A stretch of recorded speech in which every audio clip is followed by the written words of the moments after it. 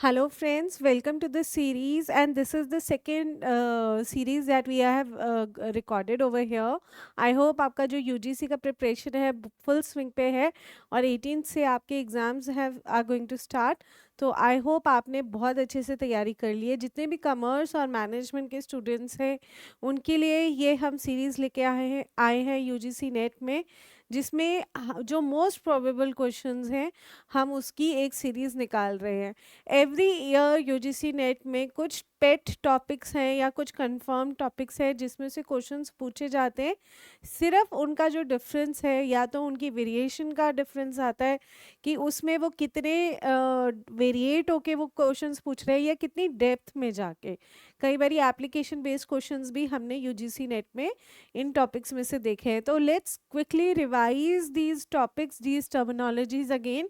I hope जो कल की जो हमारी सीरीज़ थी आपको अच्छी लगी और आपको उसमें जो हमने टॉप 20 क्वेश्चंस थे वो डाले हैं वो आप सॉल्व कर पाए हैं. अगर आपको किसी भी टॉपिक या किसी भी विषय में उसके दिक्कत आ रही है तो आप प्लीज़ कमेंट करके बताइए. बाकी कुछ क्वेश्चंस के आंसर्स मैंने मांगे थे. I hope you are able to solve it. तो कल को मैंने आपको एक होमवर्क दिया था. Let's look at the question again over here. So the pecking order theory, मैंने आपसे पूछा था कि पेकिंग ऑर्डर थ्योरी जो है आपकी वो किस असर्शन पे बेस्ड होती है. तो ये बहुत ही इम्पॉर्टेंट एक थ्योरी है जो कि हमने आपसे पूछी है यहाँ पे. आई होप आप लोगों को इसमें क्लैरिटी है. पेकिंग ऑर्डर थ्योरी किस चीज़ के लिए असर्शन पे बेस्ड आती है.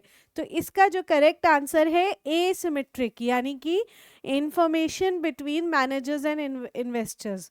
तो एक ग्रुप है मैनेजर्स का और एक ग्रुप है आपका इन्वेस्टर्स का, और इनके बीच में जो इंफॉर्मेशन है वो एसिमेट्रिक है. एसिमेट्रिक यानी कि कभी इनके पास इंफॉर्मेशन ज़्यादा है, कभी इनके पास इंफॉर्मेशन ज़्यादा है, डिपेंडिंग ऑन द सिचुएशन.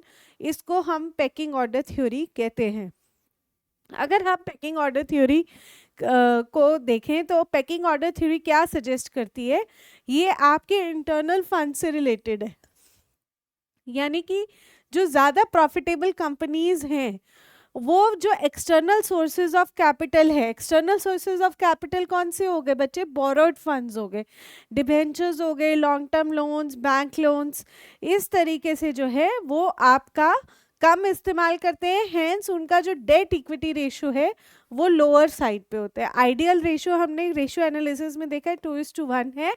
ठीक है. तो फर्म की वैल्यू जो है इंक्रीज करती जाएगी जैसे जैसे उसका जो डेट इक्विटी रेशो है ऑप्टिमल या कम होता जाएगा. ठीक है. पेकिंग ऑर्डर थ्योरी आपकी इंटरनल फाइनेंस से रिलेटेड है और वो कहते हैं इक्विटी ओनर्स फंड्स जो है वो आप पहले आते हैं, आप उसको पहले प्रेफरेंस देंगे. क्लियर बच्चे? Which of the following is not the advantage of derivatives market? Derivative market का क्या फ़ायदा नहीं होता?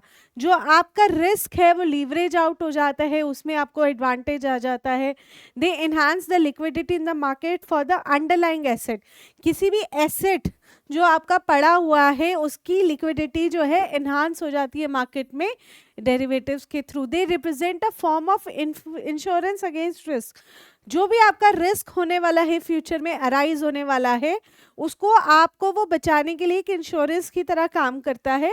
And they reduce price volatility, यानी कि प्राइस में जो उतार चढ़ाव होने वाला है उसका जो इम्पैक्ट है या वॉलेटिलिटी है उसको कम करता है.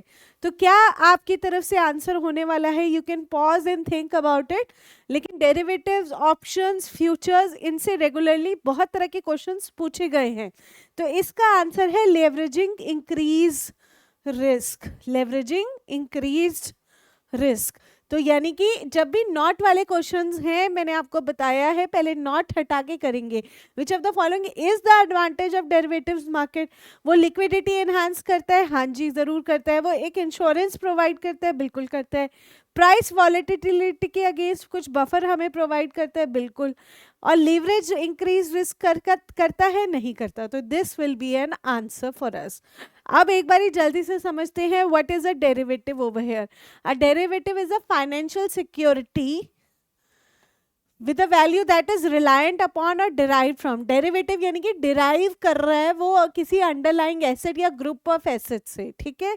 तो इसमें आपके stocks, currencies, bonds, interest rates, commodity markets और market indexes, these are the underlying assets that I have pointed out. Direct question इसमें से बन सकता है कि डेरिवेटिव्स का जो ग्रुप ऑफ एसेट्स है, ये अंडरलाइंग एसेट्स है, वो इनमें से कौन कौन सा हो सकता है। Suppose they give you A B C D and E, तो क्या कहेगा, A B only, C D only, A B D E only, इस तरह के क्वेश्चंस वो पूछते रहते हैं। तो हर जो टॉपिक है उसको आपने उसकी वेरिएशंस, यानी कि अगर हम डेरिवेटिव्स पढ़ रहे हैं तो डेरिवेटिव्स क्या है, कितने टाइप्स के हैं, उनका क्या क्या फ़ायदा है, ये सब पढ़ेंगे आप लोग। और साथ में उसको डेप्थ में भी पढ़ते जाएंगे कि कौन सा डेरिवेटिव का क्या फ़ायदा होता है। तो इस तरीके से आपकी तैयारी जो है बहुत बेटर होती जाएगी। टॉपिक्स वही हैं जो यूजीसी नेट हर साल उठा रहा है, लेकिन उनकी वेरिएशन और उनकी डेप्थ में चेंज आता जा रहा है। Which of the following are the reasons via for rising via securitization. Securitization का क्वेश्चन मैंने पिछली वीडियो में भी डाला था। अगर आपको सिक्योरिटाइजेशन नहीं समझ में आया तो बच्चे आपको समझने की जरूरत है, क्योंकि ये अभी आजकल हॉट टॉपिक बना हुआ है। To raise capital using non conventional sources, to accelerate earnings for financial reporting purposes, to diversify funding resources, the potential for reducing funding cost. Choose the most appropriate. A B C D, B C D, C and D, A and B. हाँ जी बच्चे, तो हमने securitisation का इसमें question आपसे पूछा है कि क्या इसका पॉसिबल आंसर हो सकता है। तो सबसे पहले हम देख लेते हैं कि क्या क्या रीजंस है राइजिंग वाया सिक्योरिटाइजेशन का। The potential for reducing funding cost, हाँ जी बिल्कुल सही है। टू डाइवर्सिफाई फंडिंग रिसोर्सेज, बिल्कुल सिक्योरिटाइजेशन आप इसीलिए करते हैं ताकि आपका डाइवर्सिफाई हो जाए। आपका जो फंडिंग कॉस्ट है, यानी कि जितना आपने पैसा तो उठाना है मार्केट से, लेकिन किस कॉस्ट पे पैसा उठाना है उसका जो कॉस्ट है वो रिड्यूस हो जाए। To accelerate earnings for financial reporting purposes, हाँ जी बिल्कुल, हम पैसा तो कमाना चाह ही रहे हैं और बहुत जल्द कमाना चाह रहे हैं, तो that will be a reason for securitization. To raise capital using non conventional resources, हम पैसा क्या नॉन कन्वेंशनल तरीके से उठाना चाह रहे हैं, नहीं बिल्कुल नहीं सिक्योरिटाइजेशन में। तो A will be the wrong answer, I think B C D, B C D आपका यहाँ पे करेक्ट ऑप्शन रहेगा। सिक्योरिटाइजेशन को दोबारा से देखते हैं। बैंक्स क्या करते हैं, they use securitization to convert a group of assets into marketable securities, कोई भी इसमें डाउट है बच्चे तो please let us know over here. what is the value of the levered firm if it has the same EBIT as the unlevered? EBIT means earning before interest and tax, I hope ये clear है। earning before interest and tax, इसका formula कल भी मैंने आपको करवाया था। हाँ जी, what is the value of the levered firm, हमने लिवर्ड फर्म की वैल्यू पता करनी है, value of the levered firm and value of the unlimited levered firm जो है आपको दी गई है with the value. Unlevered firm की वैल्यू कितनी दी गई है, 700 लाख की दी गई है। और हमारा जो डेट है, debt has been given at 200 lakh, और यहाँ पे हमारा जो टैक्स रेट है 35% है। तो एक बारी मैं इसका फॉर्मूला आपको दिखाती हूँ। तो earnings before interest and tax, तो there is some relation between value of levered firm and value of unlevered firm. जब भी हम वैल्यू ऑफ लिवर्ड फर्म निकालना चाहते हैं तो उसमें हम क्या ऐड करेंगे, value of unlevered firm plus जो आपका डेट है उसका, उसमें से टैक्स रेट माइनस करेंगे, ठीक है। तो एक बारी फॉर्मूला देखिए, हाँ जी, वैल्यू ऑफ अनलिवर्ड फर्म यहाँ पे दिया हुआ है, लेकिन value of levered firm is VL, levered firm is VU plus DT।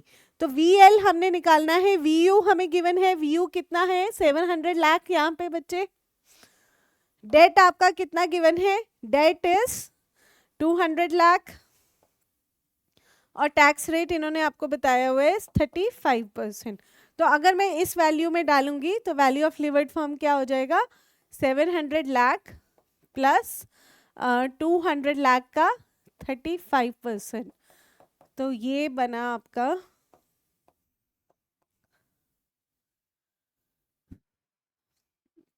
ये कैलकुलेट करेंगे तो आपका आ जाएगा 70। तो ये बना आपका 770 लाख रुपीस। तो देखते हैं अगर ये हमारे ऑप्शंस में है। Yes, 770 lakh rupees is the correct answer over here. You can take a screenshot also over here and I hope आप सबको फॉर्मूला इसमें याद है। Value of levered firm is again unlevered firm का वैल्यू प्लस डेट का after taking tax consideration उसमें। A new issue of debt और shares is will invariably involve flotation cost in the form of, यानी कि जब भी हम नया डेट या नया शेयर इशू कर रहे हैं तो हमें पता है उसमें फ्लोटेशन कॉस्ट होती है। लेकिन फ्लोटेशन कॉस्ट के क्या क्या टाइप्स है, क्या वो लीगल फीस है, क्या वो एडमिनिस्ट्रेटिव फीस है, ब्रोकरेज, अंडरराइटिंग और रिस्क प्रीमियम। हाँ जी, again this is a very this is not a very technical question, this is a in depth question. यानी कि हमें फ्लोटेशन कॉस्ट तो पता ही है कि क्या होती है लेकिन फ्लोटेशन कॉस्ट में क्या क्या इन्वॉल्व है एग्जैक्टली उन्होंने इसमें पूछा हुआ है। तो क्या आप इसका आंसर दे पा रहे हैं? इसका आप स्क्रीनशॉट ले सकते हैं। एडमिनिस्ट्रेटिव फीस एक तरीके से होती है इसमें इन्वॉल्व। हाँ जी बच्चे, तो A B C D only. Legal fees है, ब्रोकरेज है, अंडरराइटिंग है, लेकिन रिस्क प्रीमियम इसमें नहीं है। फ्लोटेशन कॉस्ट क्या होती है? एक बार फ्लोटेशन कॉस्ट देखते हैं। कॉस्ट कंपनीज इंकर फॉर इशूइंग न्यू स्टॉक्स, यानी कि जब भी कंपनी को न्यू स्टॉक्स इशू करने हैं तो इसमें क्या क्या इंक्लूडेड है? Under writing, registration, legal and other expenses. तो इसमें उन्होंने दिया हुआ है। अगर एग्जैक्टली अगर आपने देखना है तो this is under writing fees over here, legal and accounting fees, printing and administrative cost, marketing and distribution expenses, and underwriting expenses over here. Dash is a percentage discount rate used in capital investment appraisals which brings the cost of a project and its future cash flows into equally.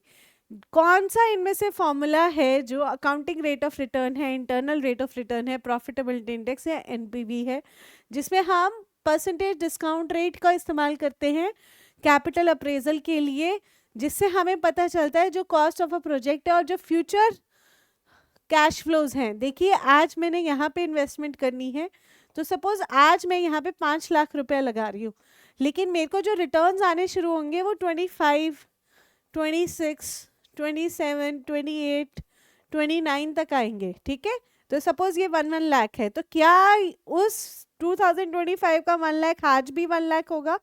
नहीं। तो इसकी जो value है यहाँ पे I think 1.1 lakh कुछ ऐसे हो जाती है। तो इट कीप्स ऑन इंक्रीजिंग, यानी कि हम इसको जो है डिस्काउंटेड प्राइस पे लेके आते हैं यहाँ पे। तो आई थिंक अब तो आपको पता ही चल गया होगा कि हम कौन से फॉर्मूला की बात कर रहे हैं। We are talking about internal rate of return, internal rate of return. एक बार सारा कुछ फिर से रिवाइज करते हैं अबाउट द फॉर्मूलाज। एनपीवी क्या होता है? NPV stands, it is used to determine the present value of all future cash flows which will be generated.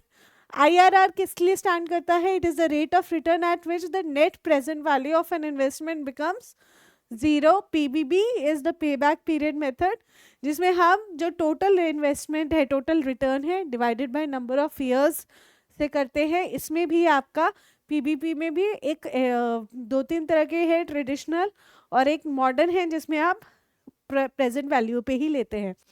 PI profitability index किस लिए स्टैंड करते हैं? It is the ratio between the present value of all future cash flows and initial cash outflow. Accounting rate of return की अगर हम बात करेंगे तो accounting rate of return is calculated by dividing expected income from investment and cost of that investment which of the following statements is false? इनमें से कौन सी statement false है? तो सबसे पहले हम देख लेते हैं कौन सी स्टेटमेंट हमें ट्रू लग रही है। Capital market is a market for medium and long term funds. GDR is the negotiable instrument issued by US bank.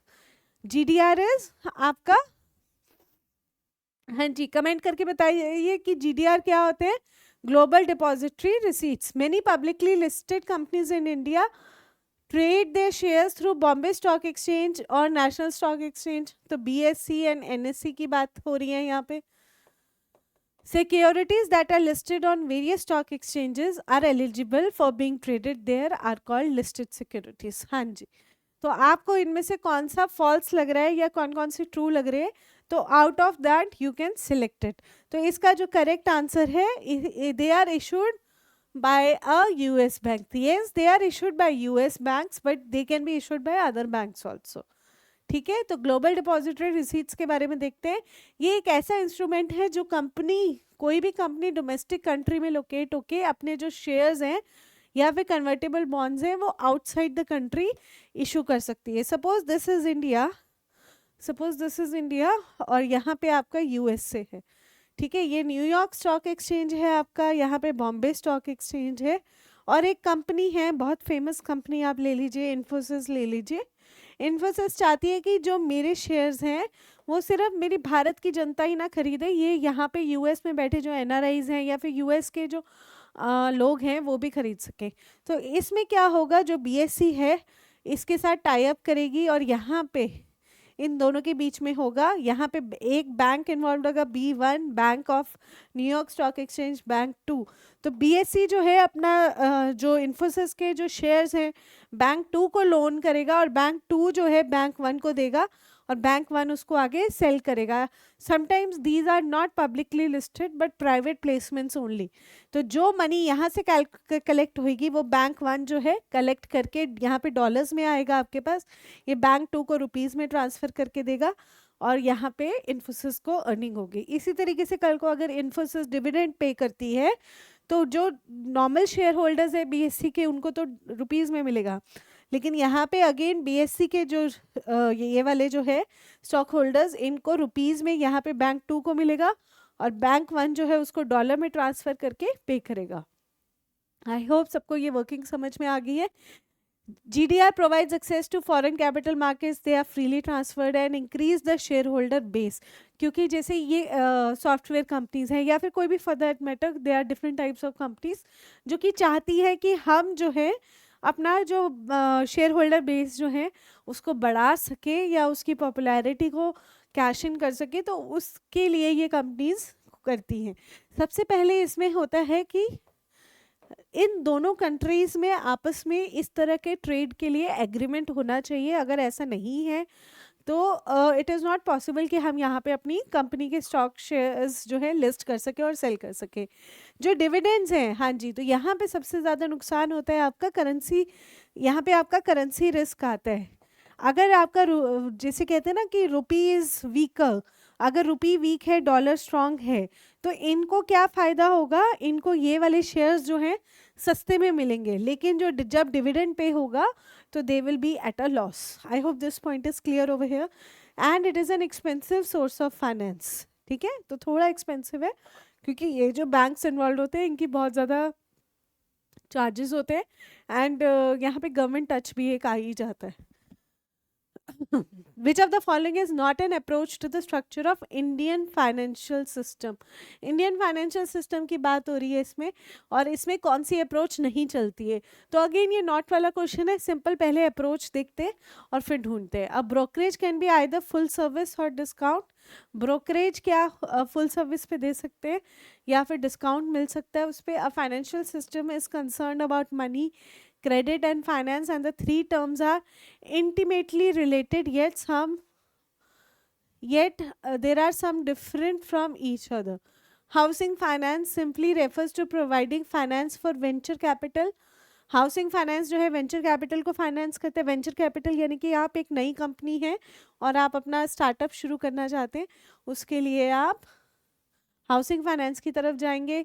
Financial instruments may be divided according to the asset class which depends on whether they are debt based और equity based. तो ये तो आपका true है. आपके जो assets हैं, आपके जो फाइनेंशियल इंस्ट्रूमेंट्स हैं, उनको हम कह देते हैं दीज आर डेट बेस्ड और इक्विटी बेस्ड. म्यूचुअल फंड्स इस तरीके से आपका आ जाता है.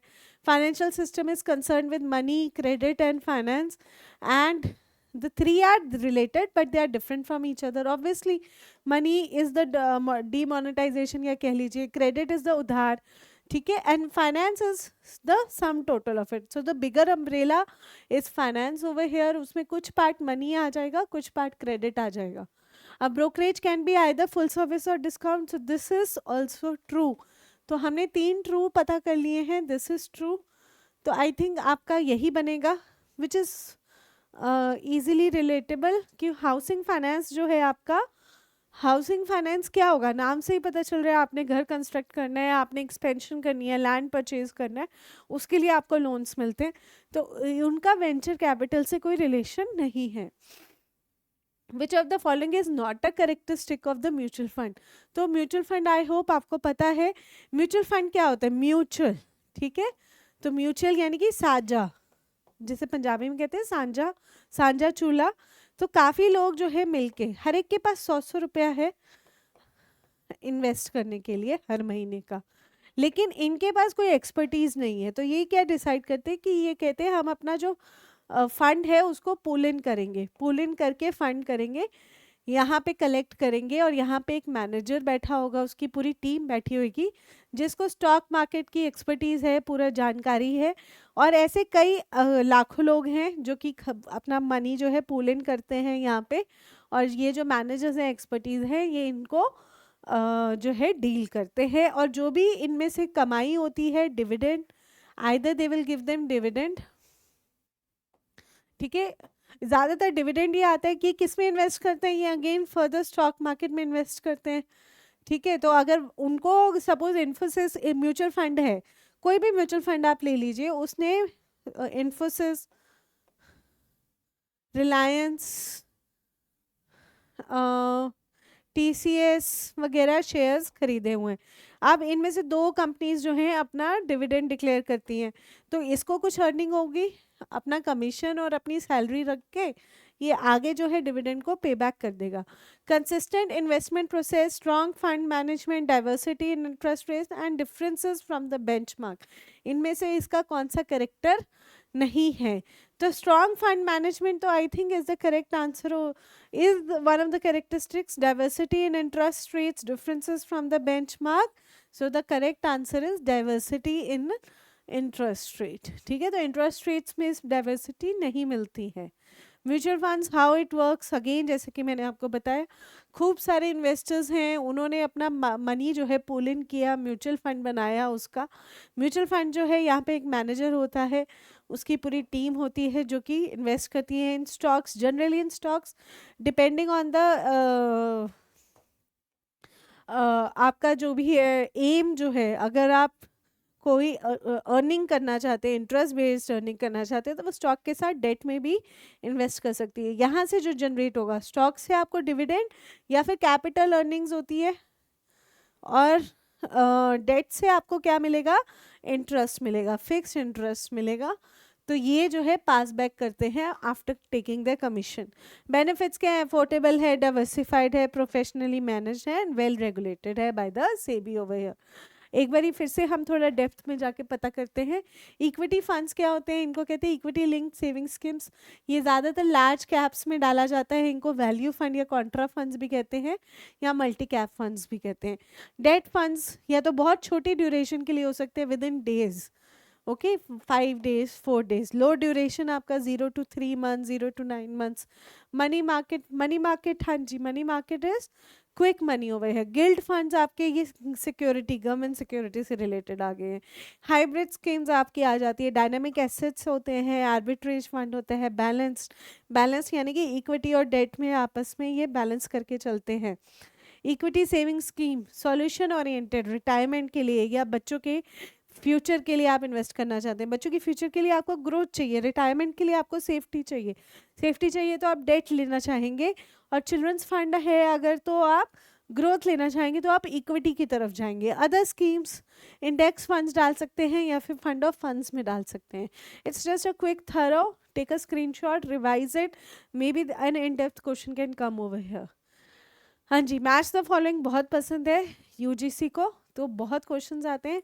hedges, financial derivations in India, this word is arbitrarious. Commodity future in origin, Osaka, increased volatility, commercial producers and riskless profit।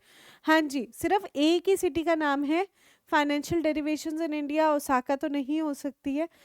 Commodity future Osaka में originate हुआ था फॉर द राइस, ठीक है। So this is something new to know over here. D one के आपके पास दो options हैं, आप एक बारी स्क्रीन पॉज कीजिए, think about it. Who are the hedgers? Arbitrageurs अगर आपको पता है तो आपके लिए आसान होगा। फाइनेंशियल डेरिवेशंस इन इंडिया, हेजर्स कौन होते हैं? हाँ जी, so the correct answer is 3। जो हेजर्स होते हैं they are commercial producers over here. आपके जो फाइनेंशियल डेरिवेशंस इन इंडिया है they increase the volatility, and arbitrageurs क्या होता है? रिस्कलेस प्रॉफिट पे काम करते हैं, रिस्कलेस प्रॉफिट पे। कैसे? क्योंकि प्रॉफिट के लिए तो आपको रिस्क तो उठाना ही पड़ता है। How come they are not able to, how come they have mitigated the risk? There is no risk in arbitrageurs. हाँ जी, एक बारी क्विक पॉज लीजिए, think about it if you know this term, और विल डिस्कस। हाँ जी, suppose I am a person and there is one market M1 and M2, M1 and M2, ठीक है। तो मुझे ये पता है, सपोज आजकल आमों का सीजन है तो मैंगो ले लीजिए। मैंगो जो है यहाँ पे इस मार्केट में 350 पर केजी बिक रहा है, लेकिन M2 जो है उसी में सेम मैंगो का जो वेरिएशन है और सेम क्वांटिटी है, से आप कह लीजिए 370 पर केजी में बिक रहा है, ठीक है। तो यहाँ पे ये प्राइस डिफरेंस आ रहा है 350 एंड 370 का। तो आई am a person of opportunity, मैंने देखा कि यहाँ पे ये डिफरेंस आ रहा है, तो मैंने क्या करना है, यहाँ पे बहुत डिमांड है और यहाँ पे लोग खड़े हुए हैं लाइनों में, तो मैंने यहाँ से खरीदा और यहाँ पे बेच दिया, तो सीधा सीधा मेरे पास 20 रुपये का प्रॉफिट पर ट्रांजेक्शन पे यहाँ पे बन जाएगा, ठीक है। तो रिस्कलेस प्रॉफिट मैंने यहाँ पे कमाया है। तो एक बारी देखते हैं डिटेल में। हाँ जी, हेजर क्या होता है? Hedger is a trader who uses derivatives as means to offset the risk of position in the asset.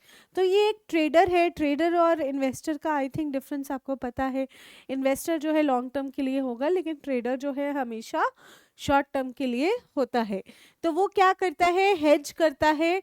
आपको कभी भी कोई फ्यूचर में रिस्क नज़र आ रहा है किसी भी चीज़ पे, गोल्ड पे, पेट्रोल पे, डीजल पे, वटेवर, आप उसके अगेंस्ट डेरिवेटिव्स परचेज कर सकते हो और अपना जो रिस्क है उसको मिटिगेट कर सकते हो, ठीक है। स्पेक्युलेटर या ट्रेडर क्या होता है? He wants to earn the profit from the fluctuations.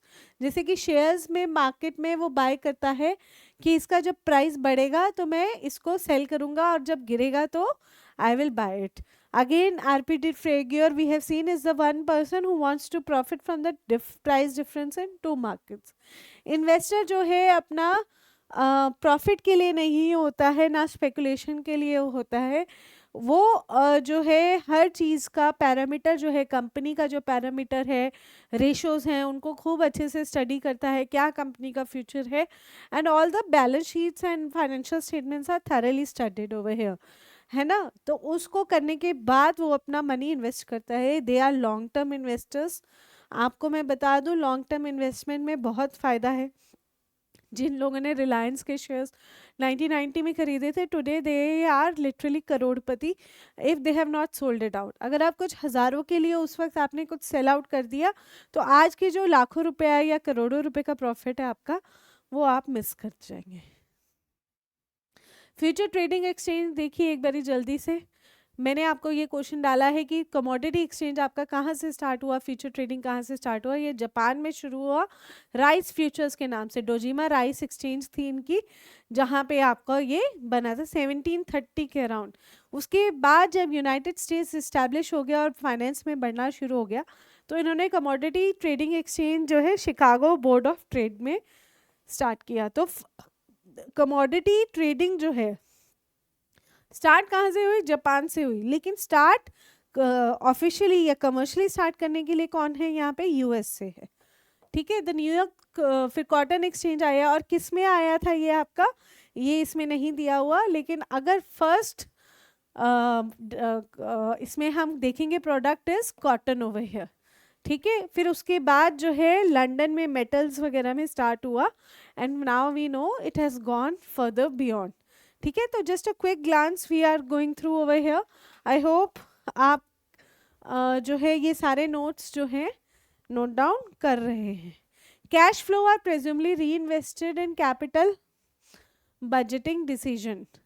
Cash flow जो है हम प्रेज्यूम करते हैं दे विल बी री इन्वेस्टेड, लेकिन वो किस रेट पे री इन्वेस्ट होगा? डिस्काउंटेड रेट पे, मार्केट रेट पे, cost of capital, risk less rate, या फिर इंटरनल रेट पे. हाँ जी, बहुत ही टेक्निकल तो नहीं कहूँगी मैं, लेकिन एप्लीकेशन बेस्ड क्वेश्चंस हैं. तो हमें पता है कि कैश फ्लो जो है कैपिटल बजटिंग में रिटेन अर्निंग्स जो हैं उसको दोबारा से हम री इन्वेस्ट करते हैं, तो वो कौन से रेट पर जाएगा? डिस्काउंटेड रेट पे, मार्केट रेट पे, cost of capital, riskless rate, या फिर इंटरनल रेट पर. तो इसका आंसर है A, C and E.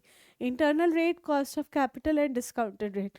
Market rate पे नहीं होगा क्योंकि आपने इंटरनली इसको फंड किया है, और रिस्कलेस भी नहीं होता है क्योंकि कुछ ना कुछ रिस्क इसके साथ जुड़ा ही होता है. The practice of delaying receipts from the foreign currency designated receivables, whose currency are likely to appreciate, and delay foreign currency designated payables, whose currency are likely to depreciate. उसको क्या कहते हैं? लैगिंग, लीडिंग, नेटिंग, या फिर risk hedging. हाँ जी, बड़ा technical question आपसे पूछा गया है इसमें. Take some time, the practice of delaying receipts from the foreign currency. आप उस प्रैक्टिस को, इसमें क्या प्रैक्टिस हो रहा है? जो फॉरेन करेंसी से रिसीट्स आ रहे हैं उसको डिले किया जाता है. Designated receivables whose currencies are likely to appreciate, and delay foreign currency designated payables whose currency are likely to depreciate. तो lagging, leading, netting and risk hedging. तो ये टर्मिनोलॉजी बेस्ड क्वेश्चन है. अगर आपको इसमें डेफिनेशन पता है तो ही आप इस तरह के क्वेश्चंस अटेम्प्ट कीजिए यूजीसी नेट में. अदरवाइज आई विल सजेस्ट कि you move on if you don't know, but ताकि आपका नॉलेज बढ़ता रहे. We are going to discuss all the 4 words also over here. So the correct answer over here is lagging. आप lag कर रहे हैं या डिले कर रहे हैं. हम कहते हैं ना कि there is a lag in this only recording and showing it on the screen पे कुछ लैग आ रहा है, तो ये उसी केस से रिलेटेड है. लीडिंग, नेटिंग देखते हैं. तो कंपनीज जो है उनमें दो तरह के फॉर्मल एग्रीमेंट्स होते हैं, लीडिंग या फिर लैगिंग. लीडिंग क्या होता है? ऑब्लिगेशन जब आप एडवांस में पे कर देते हैं उसको आप लीडिंग कहते हैं. लेकिन जो लैगिंग है जिसमें हमने अभी देखा उसमें आप डिले करते जाते हैं. तो लैगिंग क्या होता है? Assesses the current state of business. Leading जो है फ्यूचर लुकिंग होता है. तो ये यहाँ पे आप सिर्फ करंट स्टेट देख रहे हैं बिजनेस की, यहाँ पे आप फ्यूचर भी देख रहे हैं. I hope this point is clear. The basic premise of the MMN approach. ये तो एमएमएन अप्रोच तो इतनी तरीके से पूछी गई है कि आई थिंक अगर आपको नींद में भी अब कोई क्वेश्चन आ रहा है तो you should be able to answer over here. Is based on which assumptions. बहुत ही सिंपल क्वेश्चन है. एसिमेट्रिकल इन्फॉर्मेशन है, capital market is efficient, investor rationality है, diverse risk, business risk profile है, 100% डिविडेंड पे आउट रेशियो है, या choose the correct answer over here. हाँ जी, so this is one of the easiest questions over here. I don't think आपको यहाँ पे stop करने की भी जरूरत है. The answer is B, C and E over here. Efficient capital market लेके चल रही है, वो इन्वेस्टर को रैशनल समझ रही है, एंड 100% डिविडेंड पे आउट रेशो, यानी कि जितना भी प्रॉफिट है, एम क्या कहता है, मॉडगल मिलानी अप्रोच क्या कहती है कि everything will be sold, will be distributed among the share holders over here.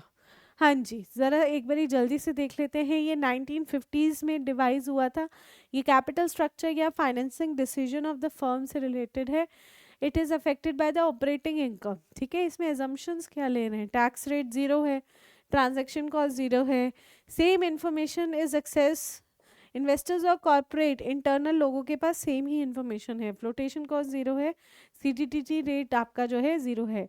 Propositions क्या है? Without taxes, the capital structure does not influence the value of the firm. Debt holders and equity shareholders have same priority. Financial leverage is in direct proportion to cost of equity. With rise in debt, the equity shareholders perceive a higher risk. Proposition with taxes, अगर आपका with taxes लेके चल रहे हैं, it assumes existence of taxes, therefore tax benefits due to interest payments are recognized. So cost of debt reduces the interest tax shield over here. This is an important topic to note down.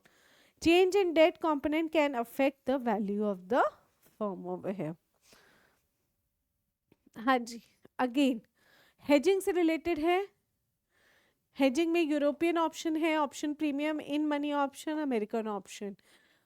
तो ज़रा से जल्दी से options देखिए। Option 1 क्या कहते हैं? Option contract exercised on any date up to the maturity when the immediate exercise of an option yields positive value to its holders. Option contract exercised only on the maturity date and it is paid by the buyer of the options upfront to the option seller over here, option seller. I hope आपको option premium और इन money option आता होगा, और ये दो terms अगर आपके new हैं तो we are going to discuss very quickly. Take a screenshot और take a pause over here.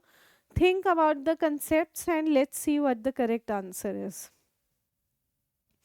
तो इसका जो करेक्ट आंसर है सेकंड है A3. European option is the option contract exercised only on the maturity date. B A option premium क्या है? It is paid by the buyer of the options upfront to the option seller. C2 in money option is when the immediate exercise of an option yields positive value to its holder. और American option क्या होता है? When the option contract is exercised on any date up to the maturity. यानी कि European option में उसी तारीख पे जो डेट आपने सेट करती है उसी तारीख पे आप अपनी ऑप्शन को एक्सरसाइज कर सकते हैं. लेकिन अमेरिकन ऑप्शन क्या हुई आपकी? Any date up to the maturity. यानी कि अभी आज मैंने कॉन्ट्रैक्ट किया है तो इस दिन के आने तक मैं कभी भी अपनी ऑप्शन को एक्सरसाइज कर सकती हूँ. सो this is European and this is American. हाँ जी, फिर से एक बार देख लेते हैं. यूरोपियन ऑप्शन जो है उसको उसी दिन प्री एग्रीड फ्यूचर डेट और प्राइस पे ही करेगा. ये तब तक कर सकता है जब तक वो दिन है. ऑप्शन प्रीमियम क्या होता है? Current market price of an option contract and thus the income received by the seller of an option contract to another party over here. Companies strive to stockpile internally generated cash. Such a cash reserve is called. जब भी company जो है अपना जो है cash का जो कह लीजिए इंटरनली जनरेटेड जो कैश है उसको स्टॉक पाइल, उसको होर्डिंग करना शुरू कर देती है, उस कैश रिजर्व को क्या कहा जाता है? Financial float, financial slack, margin of safety या फिर reserve float. Financial float, financial slack, margin of safety या फिर रिजर्व फ्लोट. हाँ जी, इसका correct answer is financial slack over here. तो मार्जिन ऑफ सेफ्टी तो इसमें नहीं बनता है. मार्जिन ऑफ सेफ्टी आपका कहाँ पे आता है? कॉस्ट अकाउंटिंग या कॉस्ट मैनेजमेंट से रिलेटेड है. फ्लोट एक बार हम देख लेते हैं, what is a float over here, और उसके टाइप्स देख लेते हैं. पहले फाइनेंशियल स्लैक देखते हैं जिसमें आप जो है एक्सेस है, आपके पास रेडी एक्सेस है टू कैश. आपने कोई भी एसेट सेल किया या फिर कोई भी डेट फाइनेंस किया तो आपके पास कैश वो पड़ा हुआ है, आपके पास फ्लेक्सिबिलिटी है एंड फाइनेंशियल मैनेजर को उसकी वैल्यू का आइडिया है. Excessive financial slack encourages excessive expenditure, limited dividends and low NPV investments. So there are some companies, very famous companies also, जिनके पास फाइनेंशियल स्लैक बहुत ज़्यादा है. अगर आपको कुछ एग्जांपल्स पता है आई वुड सजेस्ट कि आप उसको ऑप्शंस में लेके आएंगे, नीचे कमेंट बॉक्स में बताएंगे and it will be related to your current affairs. कई बार यूजीसी में हमने करंट अफेयर्स से रिलेटेड क्वेश्चंस भी देखे हुए हैं.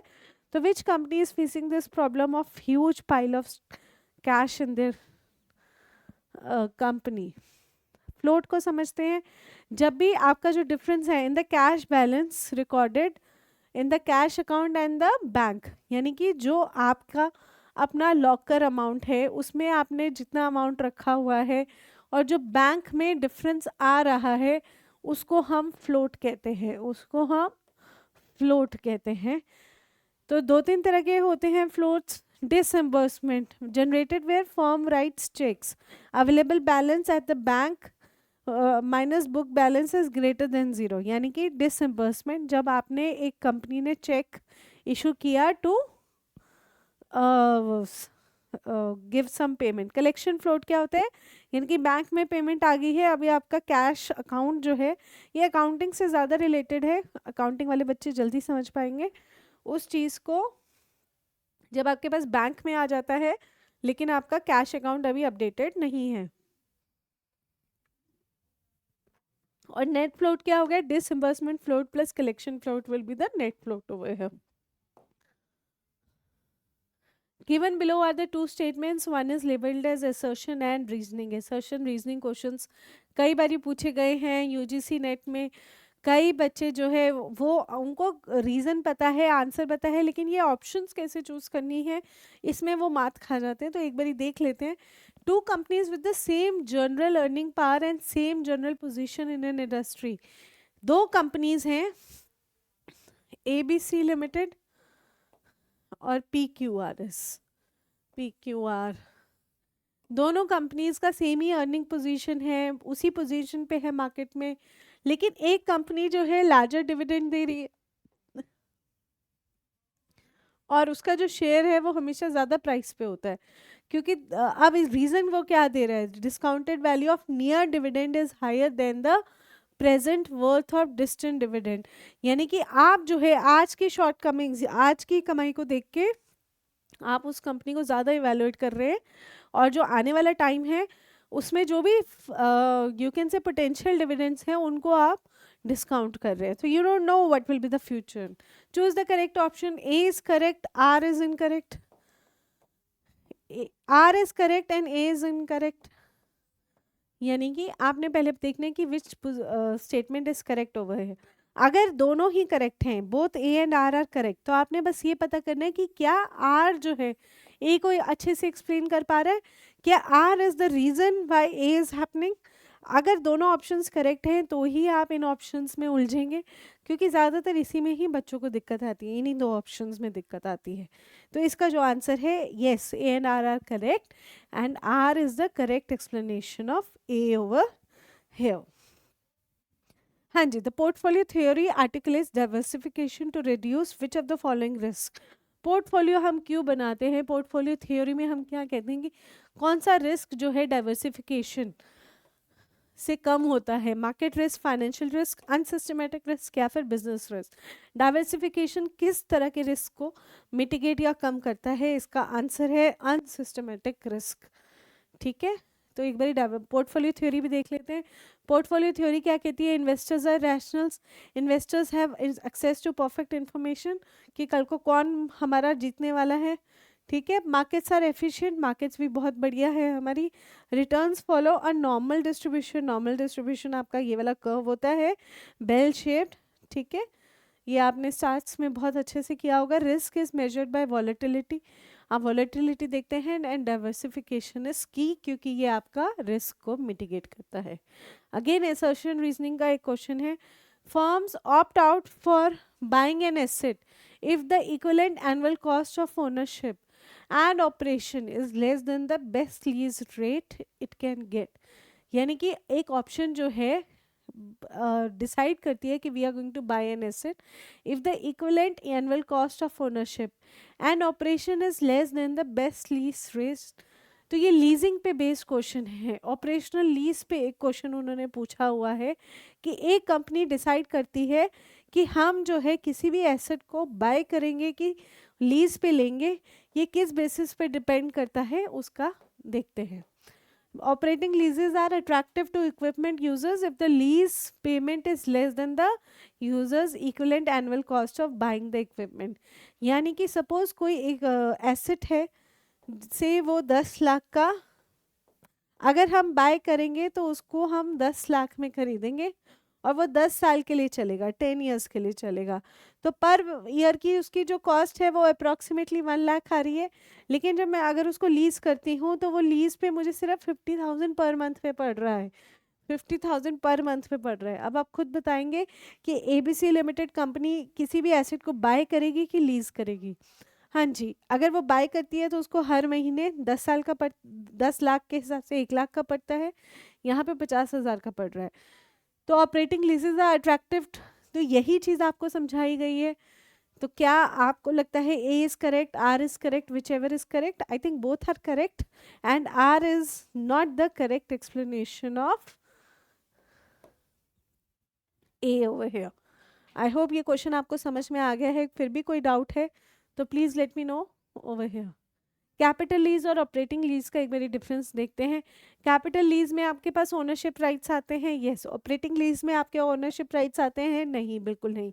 परचेज ऑप्शन आपके पास कैपिटल लीज में होता है, बिल्कुल। ऑपरेटिंग लीज में ऐसा नहीं होता। यूजफुल लाइफ, ये देखिए, ये टाइमलाइन बना के दिख रही है, तो ये थोड़ा लॉन्ग टर्म में जाता है, उसमें आप शॉर्ट टर्म ही देखते हैं, शॉर्ट टर्म ही देखेंगे। And present value capital lease में आप ज़्यादा देखेंगे और ऑपरेटिंग लीज में कम वाली देखेंगे। In which of the following situations the payback period method is advise for evaluation for investment opportunities? ऐसी कौन सी सिचुएशन है जिसमें आप पेबैक पीरियड मेथड एडवाइस करेंगे? Over leverage business, cash rich business, uncertain market conditions या फिर stable market condition? हाँ जी, बहुत ही पेबैक पीरियड हमें पता है इज़ अ ट्रेडिशनल मेथड और हम कहते थे वो रिडंडेंट हो गया है, लेकिन फिर भी अगर आपने किसी को एडवाइस करना है इन्वेस्टमेंट से पहले कि आप पेबैक पीरियड मेथड से देखिए कि आपको इस प्रोजेक्ट में इन्वेस्ट करना चाहिए कि नहीं करना चाहिए, कितने टाइम पीरियड में आपका पेमेंट वापस आ जाएगी, तो किन कंडीशंस में आप देखेंगे? तो इसका answer is A and C, over leverage and uncertain.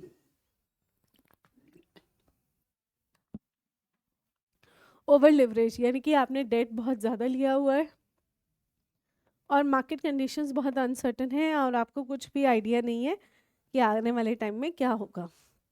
When foreign currency assets and liabilities match in terms of amount of exposure and timing of maturities, it is described as financial hedge, natural hedge, perfect hedge या फिर netting। हाँ जी, foreign currency asset and liabilities जब आपस में match कर जाती है, उनका एक्सपोजर और टाइमिंग आपस में मैच कर जाता है, तो एक्सपोजर हम देख रहे हैं एंड मेच्योरिटी देख रहे हैं। Foreign currency asset, foreign currency में सपोज इसमें आपका एसेट और लाइबिलिटी आप देख रहे हैं, तो आप उस टर्म को क्या कहेंगे? फाइनेंशियल हेज, नेचुरल हेज या फिर perfect hedge? So the correct answer is natural hedge.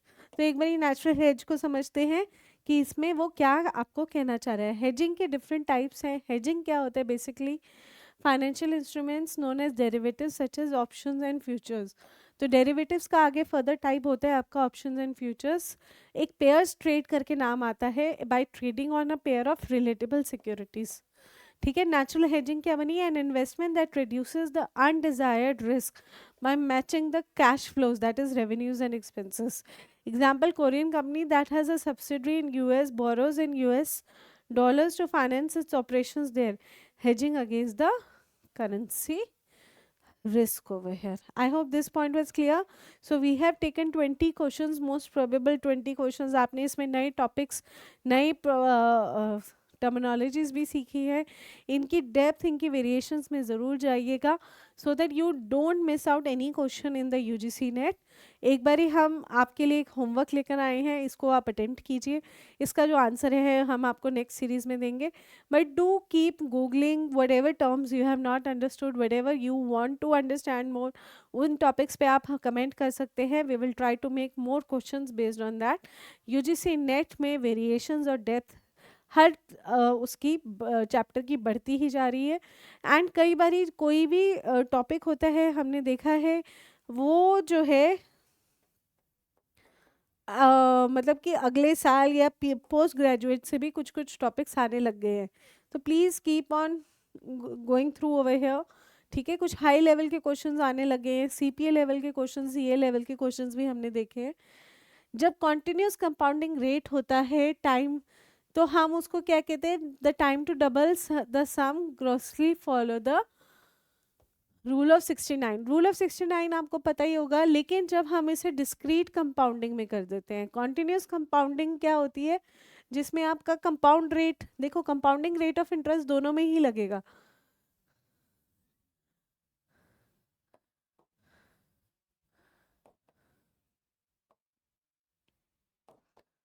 लेकिन जब ये आपका कॉन्टिन्यूस हो रहा है, कॉन्टिन्यूसली हो रहा है, चलता ही जा रहा है हर साल, तो आप इसको रूल ऑफ 69 कहते हैं, रूल ऑफ 69।